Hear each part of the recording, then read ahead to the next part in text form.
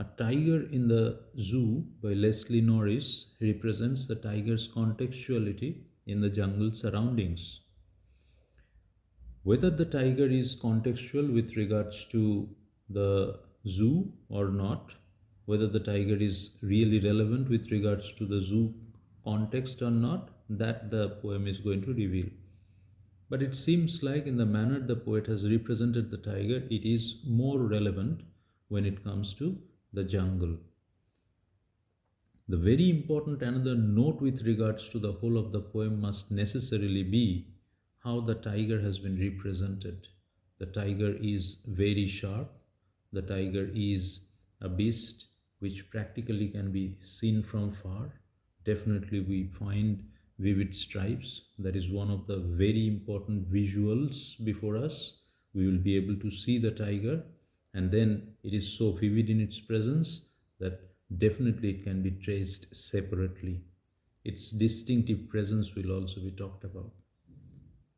Yet at the same time, because of its velvety pad, as has been written, the very first verse reveals that the pads of velvet quiet. So when it moves very quietly.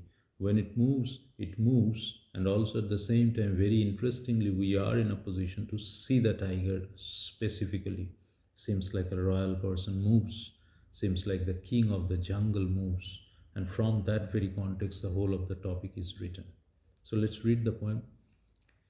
He stalks in his vivid stripes, in the few steps of his cage, on pads of velvet quiet, in his quiet rage. Very interestingly, it moves about, and definitely seems like the poet could manage to see that. And also at the same time, letting us see the same tiger moves, and that is absolutely a granular understanding of how it moves. Stalks, moves very, very quietly. And that also is reflected in the next line. Few steps of his cage on pads of velvet quiet. So when it moves furtively, it moves secretly. It knows where to make its presence felt.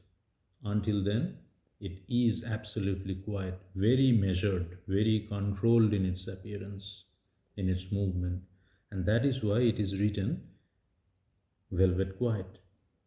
In his quiet rage, this very expression is even more important because it seems like the tiger itself is a revolution.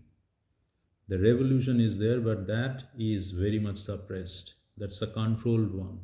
It's a it's a powerhouse. It's a powerhouse of energy. It's abundant power. Definitely when it unleashes, we know what takes place. So from that very context, even if it is in rage, even if it is angry, does not matter much. It knows how to control itself. So it's very, very quiet in its presence, very, very interestingly presented that the tiger is all about a quiet presence